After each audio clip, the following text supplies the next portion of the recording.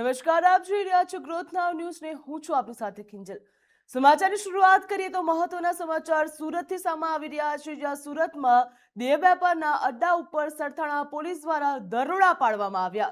યોગી ચોક નજીકના સ્પા અને હેર સલૂનની યાર્ડમાં ગેરકાયદેસર ધંધો ઝડપાયો છે, જ્યાં ખાનગી બાતમીના આધારે પોલીસની સફળ કાર્યવાહી સામે આવી છે.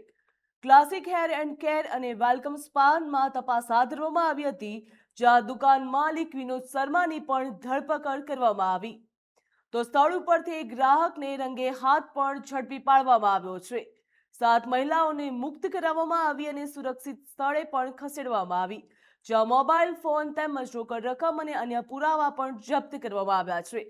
આરોપીઓ સામે કાયદેસરની કાર્યવાહી પણ શરૂ કરવામાં આવી છે અને તપાસ તેજ કરવામાં આવી, જ્યાં યોગી ચોક નજીક સ્પામાં હેર સલૂનની યાર્ડમાં ગેરકાયદેસર ગોરખ ધંધો ચાલતો હતો. ખાનગી બાતમીના આધારે પોલીસ દ્વારા સફળ કાર્યવાહી હાથ ધરવામાં આવી છે, જ્યાં ક્લાસિક હેર એન્ડ કેર તેમજ વેલકમ સલૂનમાં આ ગોરખ ધંધો ચલાવવામાં આવતો હતો. દુકાન માલિક વિનોદ શર્માની પણ ધરપકડ કરવામાં આવી છે, જ્યાં સંચાલકની પણ ધરપકડ કરવામાં આવી. સ્થળ ઉપરથી ગ્રાહકને રંગે હાથ ઝડપી પાડવામાં આવ્યો. 7 મહિલાઓને મુક્ત કરાવવામાં આવી છે. તો મોબાઈલ ફોન, રોકડ રકમ અને અન્ય પુરાવા પણ પોલીસ દ્વારા જપ્ત કરાવવામાં આવ્યા. આરોપીઓ સામે કાયદેસરની કાર્યવાહી શરૂ થઈ છે અને તપાસ પણ તેજ થઈ છે.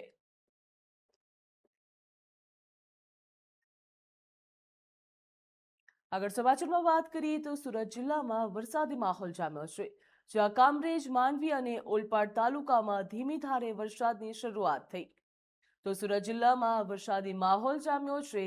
કામરેજ, માંડવી અને ઓલપાડ તાલુકામાં ધીમી ધારે વરસાદની શરૂઆત થઈ છે. પલસાણા તાલુકાના જોડવા, કટોદરા તેમજ હણધરુ અને દસ્તાના ગામમાં પણ વરસાદ ખાબક્યો, જ્યાં વિસ્તારોમાં મેઘમહેર જોવા મળી રહી છે. ઓલપાડના કુડસદ, કીમ અને કટોદરા વિસ્તારમાં પણ વરસાદ વરસ્યો છે. માંડવીના મુજરાવ સહિત આસપાસના ગામોમાં વરસાદી માહોલ જોવા મળી રહ્યો, જ્યાં વરસાદથી ગરમી અને ઉકળાટમાંથી લોકોને આંશિક રાહત મળી છે. ખેડૂતોમાં ખુશીનો માહોલ જોવા મળી રહ્યો છે. વાવણીની આશા મજબૂત થઈ છે, જ્યાં દક્ષિણ ગુજરાતમાં ચોમાસાની ગતિ તેજ બનતી હાલ જોવા મળી રહી, તેના કારણે ધરતીપુત્રોમાં હર્ષ અને ખુશીની લાગણી જોવા મળી રહી છે. પલસાણા તાલુકામાં પણ વરસાદી માહોલ જામ્યો. તો આ સિવાય માંડવીના મુજલાવ સહિતના આસપાસના વિસ્તારમાં પણ વરસાદી માહોલ જામ્યો છે. ગ્રામ્ય વિસ્તારોમાં પણ મેઘમહેર જોવા મળી રહી છે, તેના કારણે જ ધરતીપુત્રોમાં આનંદનો માહોલ પણ જોવા મળ્યો છે.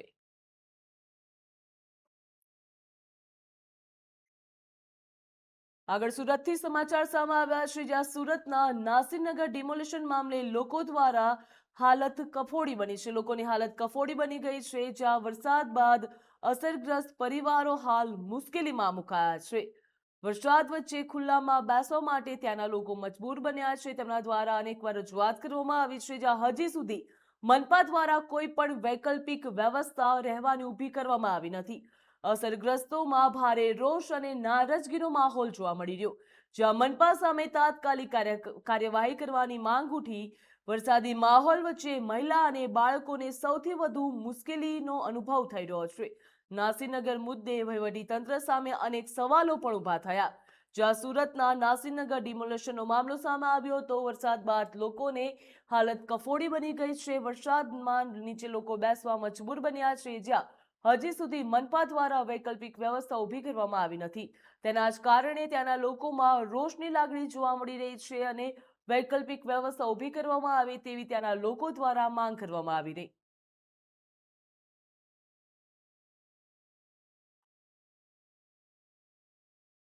આ બાજુ વાત કરીએ તો વલસાડમાં પણ 4 કલાકમાં 1.18 ઇંચ વરસાદ નોંધાયો છે. સુરતના અનેક વિસ્તારોમાં પાણી ભરાવાની સ્થિતિ પણ જોવા મળી હતી, જ્યાં ગુજરાતભરમાં વરસાદી માહોલ અનેક જગ્યાએ જોવા મળી રહ્યો છે. નવસારી અને તાપીમાં પણ મેઘરાજાની ધમાકેદાર એન્ટ્રી થઈ છે.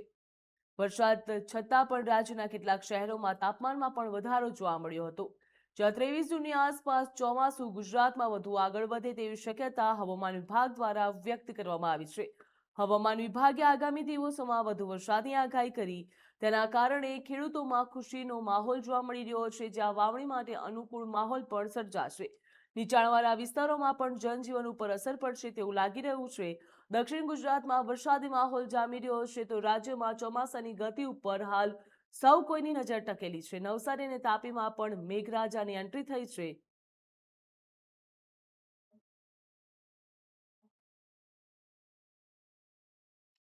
ગુજરાતમાં ચોમાસાને લઈને હવામાન નિષ્ણાંત અંબાલાલ પટેલ દ્વારા આગાહી કરવામાં આવી. તેમના જણાવ્યા મુજબ 21 જૂનથી વરસાદની શરૂઆત થશે અને આગામી 48 કલાકમાં ચોમાસું વધુ સક્રિય બનવાની શક્યતા જોવા મળી રહી.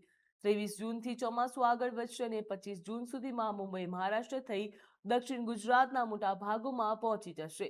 29 જૂનથી 5 જુલાઈ દરમિયાન દક્ષિણ ગુજરાત, મુંબઈ, મહારાષ્ટ્રમાં અતિ ભારે વરસાદની શક્યતા વ્યક્ત કરવામાં આવી છે, જેના કારણે કેટલાક વિસ્તારોમાં પૂર જેવી સ્થિતિ પણ સર્જાઈ શકે છે. અમદાવાદ, ગાંધીનગર, ઉત્તર ગુજરાત અને સૌરાષ્ટ્રના અનેક વિસ્તારોમાં પણ વાવણી લાયક વરસાદની આગાહી કરવામાં આવી, જ્યાં જુલાઈના પ્રથમ સપ્તાહ બાદ નદી નાળા છલકવાની અને કેટલાક વિસ્તારોમાં પૂર આવવાની શક્યતા પણ વ્યક્ત કરવામાં આવી છે. ચોમાસું આગામી 48 કલાકમાં આગળ વધશે. લગભગ મુંબઈ, મહારાષ્ટ્રના ભાગોમાં ચોમાસું આગળ વધતું મુંબઈમાં અને દક્ષિણ ગુજરાતના ભાગોમાં પણ વરસાદ થવાની શક્યતા રહે છે. દક્ષિણ સૌરાષ્ટ્રના ભાગોમાં પણ વરસાદ થવાની શક્યતા રહે છે. પણ ઉલ્લેખનીય છે કે એક એટમોસ્ફિયર વેવ જેવો જુલાઈ માસમાં ભારતમાં દસ્તક દઈ શકે છે, જેના કારણે 4-5 જુલાઈ વચ્ચે ભારેથી અતિભારે વરસાદ થવાની શક્યતા રહે છે. મુંબઈ, મહારાષ્ટ્રના કેટલાક ભાગમાં ફ્લડ આવે તેવો વરસાદ થવાની શક્યતા છે. દક્ષિણ ગુજરાતના ભાગમાં પણ અતિ ભારે વરસાદ થવાની શક્યતા છે. દક્ષિણ સૌરાષ્ટ્રના કેટલાક ભાગમાં પણ અતિ ભારે વરસાદ થવાની શક્યતા રહે છે અને કેટલાક ભાગમાં ભારે તો કેટલાક ભાગમાં હળવો વરસાદ થવાની શક્યતા રહે છે. અને ભરૂચના ભાગો, મહીસાગરના ભાગોમાં પણ ભારે વરસાદ થવાની શક્યતા રહે છે. આ ઉપરાંત કેટલાક ભાગમાં 4 ઇંચ તો તેથી વધુ વરસાદ થવાની શક્યતા રહે છે.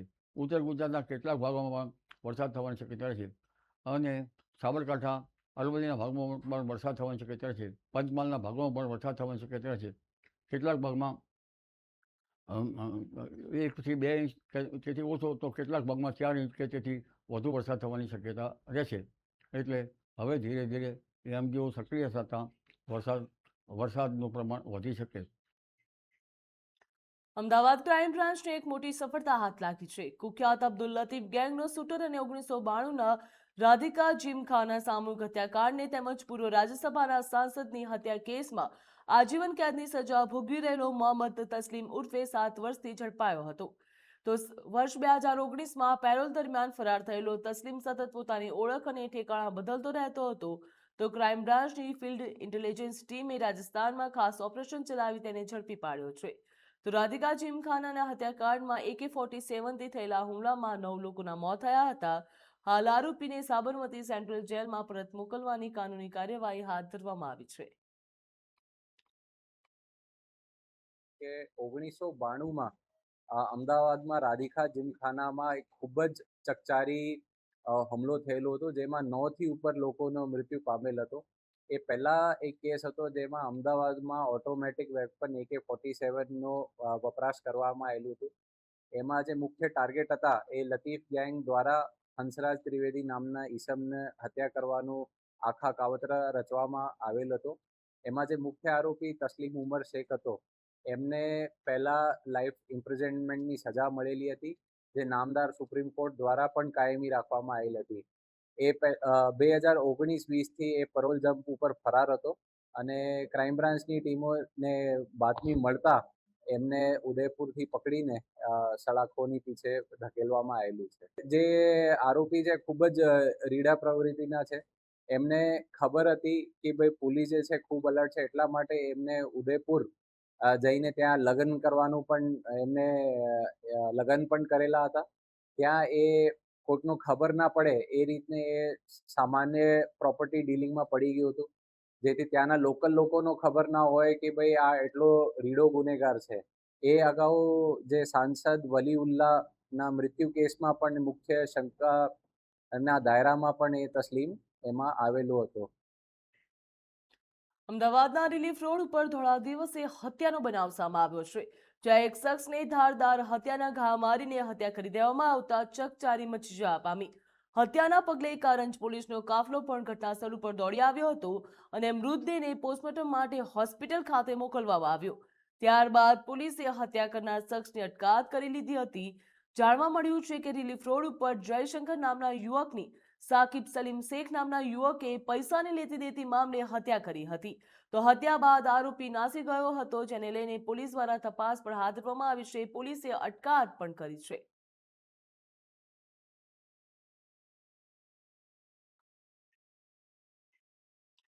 અમદાવાદ ક્રાઇમ બ્રાન્ચે ડ્રગ્સના કાળા કારોબાર સામે મોટી કાર્યવાહી કરતા કુરિયર સેવાની આડમાં મેફેડ્રોન એટલે કે એમડી ડ્રગ્સની હેરાફેરી કરતા એક આરોપીની ધરપકડ કરી. જ્યાં વસ્ત્રાલ વિસ્તારમાં બાતમીના આધારે રાજસ્થાનના બાલોતરાના આસુરામ ઉર્ફે અશોકકુમાર ભાટને ઝડપી પાડવામાં આવ્યો છે. તેની પાસેથી 391.55 ગ્રામ મેફેડ્રોન સહિત 3,91,00,000થી વધુનો મુદ્દામાલ જપ્ત કરવામાં આવ્યો છે. તપાસમાં આરોપી બેંગલુરુથી કુરિયર મારફતે ડ્રગ્સ મંગાવતો હતો તેવું સામે આવ્યું. તેની પૂછપરછના આધારે બાપુનગરમાંથી વધુ ડ્રગ્સ અને પેકિંગ સામગ્રી પણ મળી આવી છે. હાલ અન્ય સંડોવાયેલા આરોપીઓ સુધી પહોંચવા માટે તપાસ તેજ કરવામાં આવી છે. અમદાવાદના રાણીપના પુની સોસાયટીના રહીશો મોટી સંખ્યામાં રાણી પોલીસ સ્ટેશને પહોંચ્યા હતા. અમદાવાદની પોલીસને મોટી સફળતા પ્રાપ્ત થઈ છે. મહેનત કરીને એક નવા પ્રકારના એમઓનો પાર પાડવામાં આવ્યું છે, જેમાં ક્રાઇમ બ્રાન્ચ દ્વારા 371 ગ્રામ કરતાં વધુ મેફેડ્રોન ડ્રગ્સ છે, જેમને આશરે માર્કેટના ભાવ જે છે લગભગ 40 લાખની આજુબાજુ હોય છે, એવા જથ્થા પકડવામાં આવેલું છે. એમાં જે મુખ્ય આરોપી છે એમની પોલીસ દ્વારા આસુરામ ભાદુ આરોપી છે, એમની ધરપકડ કરવામાં આવેલી છે અને બાકીના આરોપીઓ છે એમના માટે પોલીસ શોધખોળ કરી રહી છે.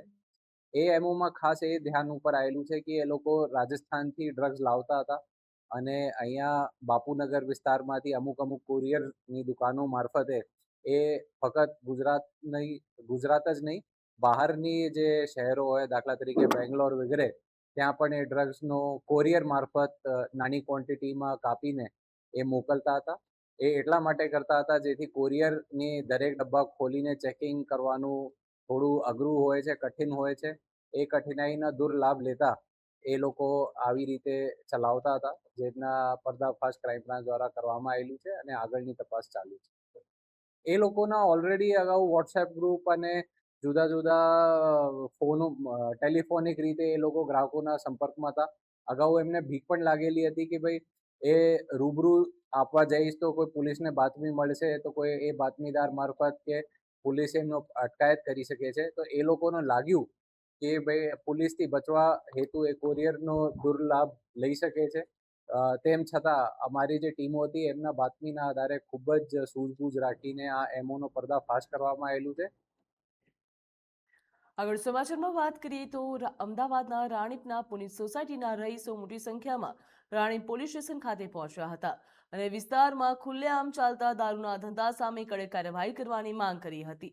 સ્થાનિકોનો આક્ષેપ છે કે બુટલેગરો અને અસામાજિક તત્વોના કારણે વિસ્તારમાં અસુરક્ષાનું વાતાવરણ સર્જાયું છે. મહિલા અને યુવતો પર સાથે છેડતીની ભીતિ પણ વ્યક્ત કરવામાં આવી. જે રહીશો દ્વારા કહેવામાં આવ્યું છે કે અનેક વખત ફરિયાદો કરવા છતાં પણ અસરકારક કાર્યવાહી થઈ નથી. સ્થાનિકોએ ચેતવણી આપી છે કે જો તાત્કાલિક પગલાં નહીં લેવામાં આવે તો આગામી દિવસોમાં ઉગ્ર આંદોલન કરવામાં આવશે. તો હાલ સમગ્ર મામલે પોલીસ દ્વારા વધુ તપાસ પણ હાથ ધરવામાં આવી છે. અમદાવાદમાં રાણીપનો બનાવ સામે આવ્યો. હવે છેલ્લા 1 મહિનાથી અમારા ત્યાં દેશી દારૂ ને ઇંગ્લિશ દારૂનો ધંધો ચાલે છે. બંને સાઈડ સોસાયટીના પહેલાં આગળના ગેટે અને પાછળના ગેટે. હવે અમે એ લોકોને 1-2 વખત સમજાયા હતા, પ્રેમથી સમજાયા એ લોકોએ, તો એ લોકો દાદાગીરીના ટોનમાં જ વાત કરતા હતા.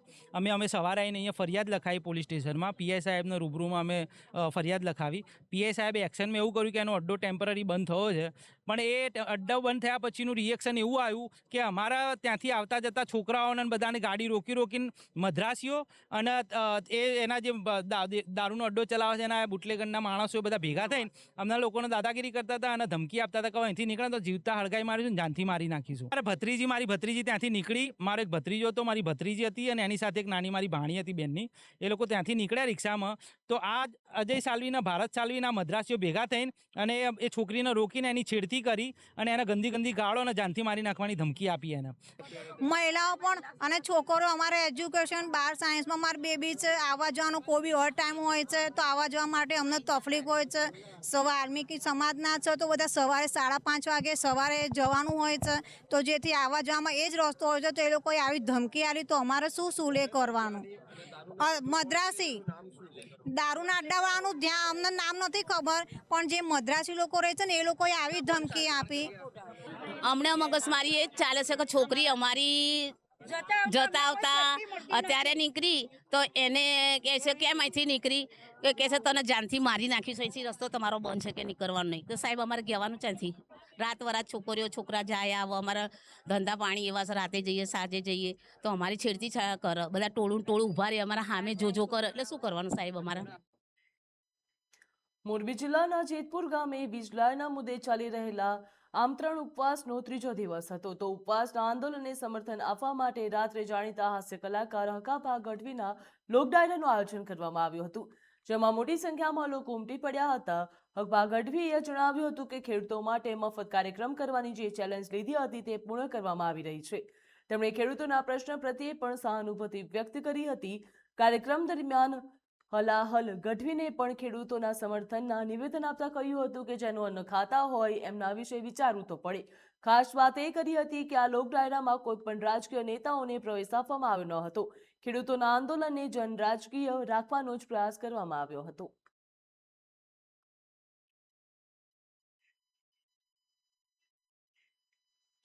અમદાવાદ ઇન્દોર હાઈવે ઉપર હળમતિયા નજીક પસાર થતી ઇકો કારમાં અચાનક જ આગ લાગી હતી. જે કારમાંથી ધુમાડો નીકળતા જોવા મળતા કાર ચાલકે તાત્કાલિક વાહન રોડની સાઈડમાં ઊભું રાખી દીધું હતું. આગ લાગતાની સાથે કારમાં સવાર તમામ લોકોને બહાર નીકાળી જતા મોટી જાનહાનિ પણ ટળી ગઈ છે. જ્યાં થોડા સમય માટે આગે વિકરાળ સ્વરૂપ ધારણ કરી લીધું હતું. ઇકો કાર સંપૂર્ણપણે આગની લપેટમાં આવી ગઈ હતી. ઘટનામાં કાર ચાલક સહિત અંદર સવાર કુલ 3 લોકોનો આબાદ બચાવ કરવામાં આવ્યો હતો. આગના કારણે હાઈવે ઉપર થોડા સમય માટે ટ્રાફિકની સમસ્યા પણ સર્જાઈ હતી. જ્યાં ઘટનાની જાણ થતાની સાથે સ્થાનિકોએ 112 ઇમરજન્સી સેવાને ફોન કર્યો હતો, તેમજ ત્યારબાદ ફાયર વિભાગને પણ જાણ કરવામાં આવી હતી. આગના પગલે સુરક્ષાના ભાગરૂપે પસાર થતા વાહનોને વૈકલ્પિક માર્ગે ડાયવર્ટ પણ કરવામાં આવ્યા હતા. જ્યાં ફાયર બ્રિગેડની ટીમે ઘટના સ્થળે પહોંચીને આગ ઉપર કાબુ મેળવવાની કામગીરી પણ હાથ ધરી હતી.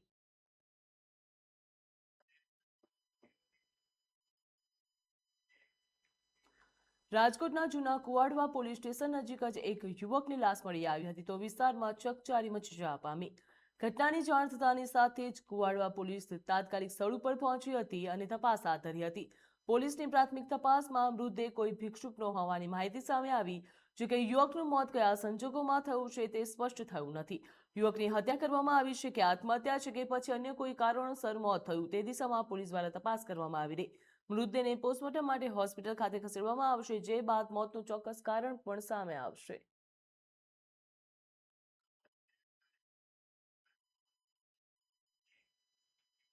અમદાવાદના ખાનપુર વિસ્તારમાંથી એક ચોંકાવનારી ઘટના સામે આવી, જ્યાં ખાનપુર સ્થિત રાઇફલ ક્લબ નજીક જ એક નવજાત શિશુનું મૃત હાલતમાં મળી આવતા વિસ્તારમાં ભારે ચકચારી મચી જવા પામી છે. ઘટનાની જાણ થતાની સાથે સ્થાનિક લોકોના ટોળા એકત્રિત થયા હતા. માહિતી મળતાની સાથે જ કોંગ્રેસના નેતા નોમાન ખાન સહિત પોલીસનો કાફલો તાત્કાલિક સ્થળ ઉપર પહોંચ્યો હતો. પોલીસે મૃત નવજાત શિશુનો કબજો લઈને તપાસ શરૂ કરી છે. જ્યાં શિશુ અહીં કેવી રીતે પહોંચ્યું, તેની પાછળ કોઈ ગુનાહિત કાવતરું છે કે નહીં અને મોતના ચોક્કસ કારણો શું છે તે સહિતના તમામ મુદ્દાઓને ધ્યાનમાં રાખીને પોલીસ દ્વારા વધુ તપાસ હાથ ધરવામાં આવી છે. અમદાવાદના ખાનપુરમાંથી ચોંકાવનારો બનાવ સામે આવ્યો છે. એક મૃત હાલતમાં નવજાત શિશુ મળી આવ્યું હતું, ત્યારે પોલીસને પણ સ્થાનિક લોકો દ્વારા જાણ કરવામાં આવી હતી. પોલીસ તેમજ ત્યાંના નેતા પણ ઘટના સ્થળ ઉપર પહોંચી આવ્યા હતા અને પોલીસ દ્વારા આ નવજાત મૃત બાળક અહીંયા કેમનું આવ્યું છે તે દિશામાં પણ તપાસ હાથ ધરવામાં આવી છે. જામનગરના 9 વર્ષીય બાળ પર્વતારોહક વિહાન ચેતરિયાએ એક નવી સિદ્ધિ હાંસિલ કરી છે, જેના કારણે સમગ્ર ગુજરાત ગૌરવ અનુભવી રહ્યું છે. હિમાચલ પ્રદેશના કુલ્લુ મનાલી વિસ્તારમાં આવેલા 5289 મીટર ઊંચો અને અત્યંત પડકારજનક ફ્રેન્ડશિપ શિખરનું સફળ આરોહણ કરીને વિહાને નવો રાષ્ટ્રીય કીર્તિમાન સ્થાપ્યો છે. જ્યાં બાળવીર અંગે પ્રસ્તુત છે આ વિશેષ અહેવાલ.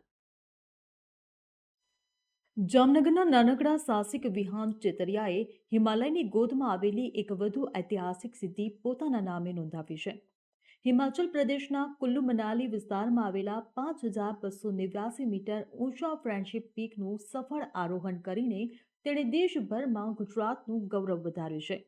માત્ર 9 વર્ષ અને 4 મહિનાની ઉંમરે આ સિદ્ધિ મેળવનાર વિહાને અગાઉનો 10 વર્ષ અને 2 મહિનાની ઉંમરનો રેકોર્ડ તોડી નાખ્યો છે. આ સાથે તે ફ્રેન્ડશિપ પીક સર કરનાર ભારતનો સૌથી નાની વયનો પર્વતારોહક બન્યો છે. તેની આ સિદ્ધિ સાહસિક રમતોના ક્ષેત્રમાં એક નવો માઇલસ્ટોન સાબિત થયો છે. ફ્રેન્ડશિપ પીક એક અત્યંત પડકારજનક અને તકનીકી રીતે મુશ્કેલ શિખર માનવામાં આવે છે. બરફથી ઢંકાયેલા જોખમી રસ્તાઓ, હિમ નદીઓ, ઓક્સિજનની ઓછી માત્રા અને બદલાતી હવામાન પરિસ્થિતિઓ વચ્ચે આરોહણ કરવું અનુભવી પર્વતારોહકો માટે પણ સરળ નથી. આ શિખરને સર કરવા માટે વિશેષ પર્વતારોહણ તાલીમ, દોરડાનો ઉપયોગ, બરફ કુહાડી, કેમ્પ્રોન સહિતના સાધનોની કુશળતા અને મજબૂત શારીરિક તેમજ માનસિક ક્ષમતા જરૂરી બને છે. વિહાને આ તમામ પડકારોને પાર કરીને શિખર પર પહોંચીને તિરંગો લહેરાવ્યો હતો. અભિયાન દરમિયાન વિહાને અનેક મુશ્કેલીઓનો સામનો કર્યો હતો, પરંતુ તેના અડગ મનોબળ, હિંમત અને આત્મવિશ્વાસે તેને સફળતાના શિખર સુધી પહોંચાડ્યો. આ સિદ્ધિ માત્ર વ્યક્તિગત સફળતા નથી, પરંતુ સમગ્ર ગુજરાત અને દેશ માટે ગૌરવની ક્ષણ બની છે. વિહાન અગાઉ પણ હિમાલયના અનેક પર્વતીય અભિયાનો સફળતાપૂર્વક પૂર્ણ કરી ચૂક્યો છે. બાળ પર્વતારોહણ ક્ષેત્રે તેની સતત પ્રગતિ અને અન્ય બાળકો અને યુવાનો માટે પ્રેરણાનું ઉત્તમ ઉદાહરણ બની રહ્યો છે. જામનગરના આ નાનકડા સાહસિકે સાબિત કરી દીધું છે કે ઉંમર નહીં, પરંતુ હિંમત, મહેનત અને સંકલ્પ સફળતાની સાચી ચાવી છે. વિહાન ચતરિયાની આ ઐતિહાસિક સિદ્ધિ નવી પેઢીમાં સાહસિકતા, પ્રકૃતિ પ્રેમ અને મોટા સપના જોવાની પ્રેરણા પૂરું પાડશે. આજે સમગ્ર ગુજરાત આ બાળ પર્વતારોહકની સફળતાનો ગર્વપૂર્વક ઉત્સવ મનાવી રહ્યું છે. બ્યુરો રિપોર્ટ, ગ્રોથ નાઉ ન્યૂઝ. હા, સમાચારમાં બસ આટલું જ. વધુ માહિતી અને સમાચાર માટે આપ જોતા રહો ગ્રોથ નાઉ ન્યૂઝ. નમસ્કાર.